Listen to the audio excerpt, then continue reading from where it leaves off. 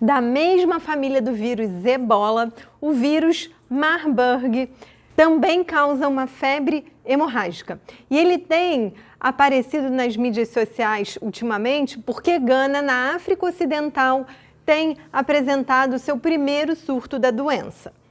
Quer saber tudo sobre esse vírus? Eu vou contar tudo para vocês hoje a respeito dele aqui. Eu sou Renata Beranger, eu sou médica, infectologista, especialista em doenças infecciosas e parasitárias. Esse vírus não é novo. A gente conhece ele desde 1967, depois de um surto que aconteceu em Frankfurt e em Marburg, que daí vem o nome do vírus, e também na Sérvia, onde os cientistas estavam trabalhando com macacos verdes africanos que vieram de Uganda e aí, de repente, começaram a aparecer casos de um vírus novo, de uma febre hemorrágica, e aí descobriram que era por esse vírus. Nesse surto, 31 casos foram identificados, primeiramente entre as pessoas que trabalhavam no laboratório e depois alguns profissionais de saúde ficaram doentes e até alguns familiares dessas pessoas. Desses 31 casos, houveram 7 óbitos. Depois, outros casos esporádicos aconteceram na África, em Angola, República Democrática do Congo, em Uganda e, mais recentemente, em 2008, 2 casos foram identificados após 2 viajantes entrarem numa caverna que estava cheia de morcegos. E aí a gente fica pensando como que acontece essa transmissão desse vírus.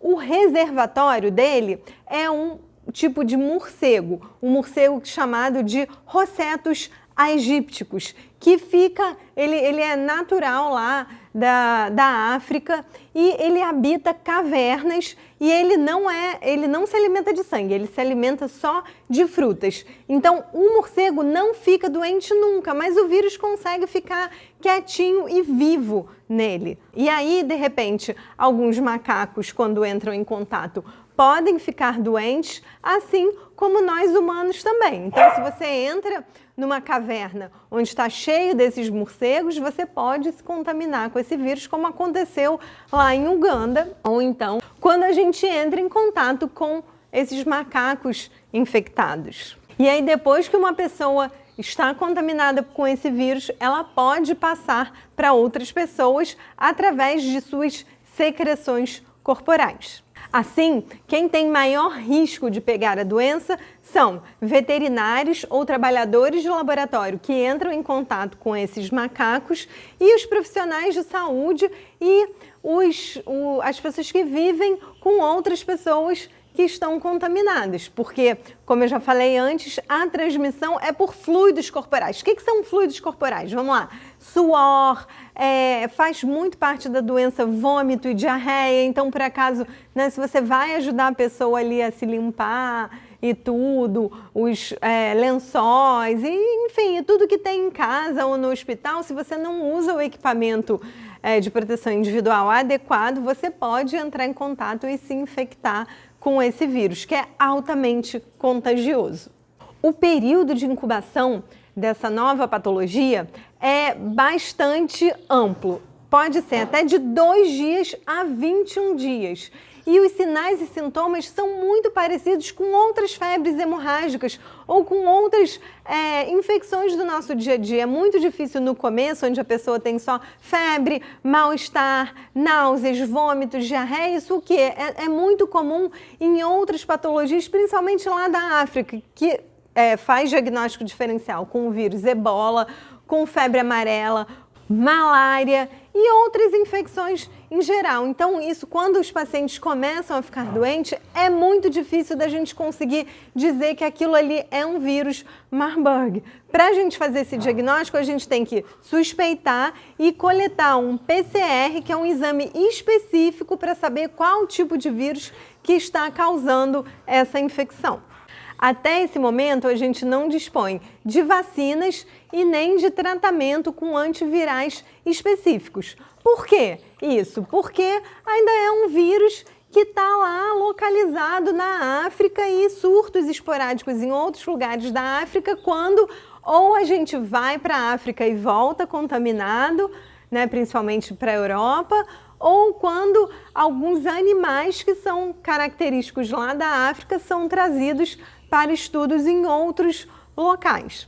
Como são muito poucos casos, a gente ainda não tem desenvolvimento de vacina nem de tratamento específico. Para essas pessoas que eventualmente se contaminam, a gente faz o tratamento de suporte internado no hospital e aí você vai, na verdade, gerenciar as complicações. Pode ter problemas hepáticos, até chegando casos muito graves de falência de múltiplos órgãos.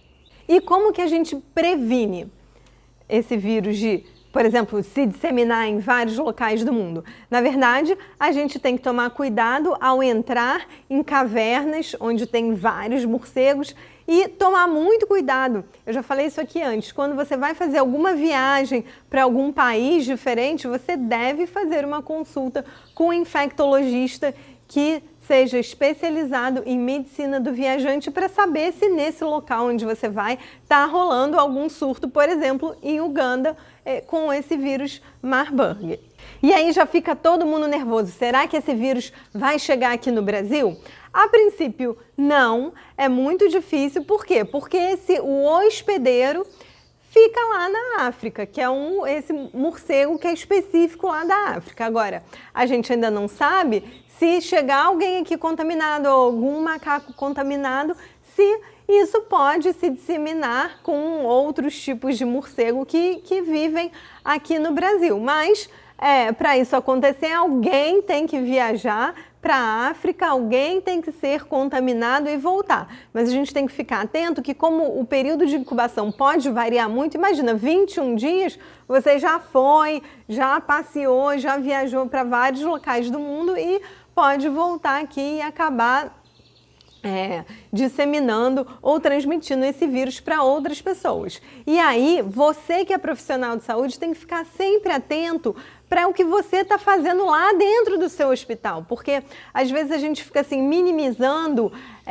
as políticas de segurança do hospital, o uso de equipamento de proteção individual, fica, eu tenho que usar luva e capote para todo mundo, máscara, não quero, mas às vezes é muito difícil precocemente a gente saber exatamente com que o paciente está contaminado. Então, o nosso principal recurso para não pegar nada durante a nossa assistência é usar o equipamento de proteção individual e o que a gente fala da nossa precaução padrão, que é tão comum, mas às vezes é até banalizado no hospital, que é a higienização das mãos, utilização de luva e capotes, proteção ocular e, dependendo do quadro, o uso da máscara. Então, se você trabalha no hospital, tem alguma dúvida, procura a sua CCIH, que é a Comissão de Controle de Infecção Hospitalar, que todo mundo vai te ajudar a fazer direitinho, porque não tem só essa questão desses vírus novos que vêm ocorrendo. Então, semana passada eu falei do vírus sabiá, agora tem esse vírus de Marburg. Toda hora vai acontecer algum surto ou alguma epidemia, algum vírus novo que a gente vai saber. Por quê? Porque a gente sabe que o ser humano acaba entrando em contato com certos animais que não deveria e aí essas coisas acabam acontecendo. Até esse momento, não é necessário nenhum tipo de preocupação aqui no Brasil. Só que a gente tem que ficar atento porque o mundo está muito globalizado. Então, possivelmente, alguém que se contaminou lá em Uganda, no surto, pode vir para cá e pode começar a passar mal e pode sim acabar transmitindo para algum profissional de saúde ou para alguém que esteja morando ou coabitando, ou enfim, trabalhando perto dessa pessoa. Então, não há motivo nenhum para pânico, mas é sempre bom a gente estar antenado e ligado no que está acontecendo pelo mundo. Obrigada e até a próxima!